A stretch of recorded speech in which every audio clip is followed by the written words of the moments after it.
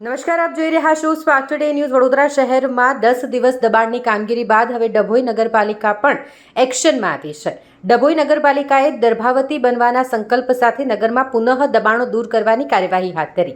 ડભોઈ નગરના મુખ્ય રસ્તાઓ પર ઓટલાચણી રોડ પર દબાણ કરતા નગરના મોટાભાગના દબાણો દૂર કરવાની કાર્યવાહી કરવામાં આવી. ડભોઈ પાલિકા પ્રમુખ બિરેન શાહ, ચીફ ઓફિસર જયકિશન તડવી સહિત કર્મચારીઓ મેદાનમાં ઉતર્યા છે. પોલીસ બંદોબસ્ત સાથે પાલિકાએ દબાણો દૂર કરવા માટેની કાર્યવાહી હાથ ધરી. Chhipwad railway station road ટાવરથી Vadodari ભાગોળ રોડ પર દબાણો દૂર કરવા તાકીદ કરાઈ. દબાણ કરતા લોકોમાં ભય ફેલાતા જાતે જ દબાણ દૂર કરવા તેઓ કામે લાગ્યા છે.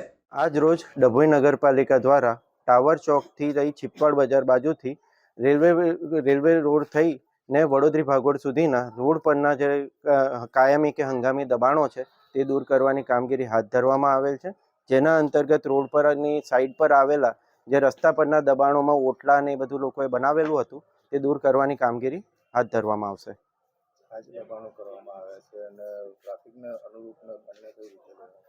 આને ટ્રાફિકને અનુરૂપ લોકોને જે ટ્રાફિકની સમસ્યા શહેરના મધ્યમાં વર્તાઈ રહી છે તેને દૂર કરવાના ભાગરૂપે આ કામગીરી થઈ રહી છે.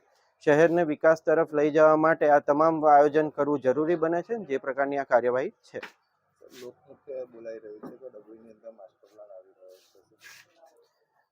વિકાસ એ આ સરકારનો પર્યાય બની ચૂક્યો છે. નવા માસ્ટર પ્લાનથી લોકોને સરળતાથી પોતાની સુવિધાઓ મળી રહે અને એ અનુરૂપ આનું આયોજન થાય એ પ્રકારની અમારી પ્રાથમિકતા છે અને એ પ્રમાણે અમે આયોજન કરી રહ્યા. મારું એવું માનવું છે કે વિનાશ થશે તો જ વિકાસ થશે. એના સૂત્ર સાથે નગરપાલિકાની ટીમ જે સિટી સર્વે સાથે માપણી કરી હતી ટાવરથી છીપવાડ બજાર સ્ટેશન રોડ સ્ટેશનથી વડોદરી ભાગોળને ટાવર ચોક સુધી માપણી થઈ છે. ત્યાં દબાણ હટાવવાની ઝુંબેશ ચાલુ છે. લોકોએ નગરની ટીમ દબાણ શાખા હટાવવા આવતા લોકોએ સ્વયંભૂ પણ પોતાની જગ્યાઓ જે માર્કિંગમાં આવી છે તોડવાનું ચાલુ કરી દીધું છે.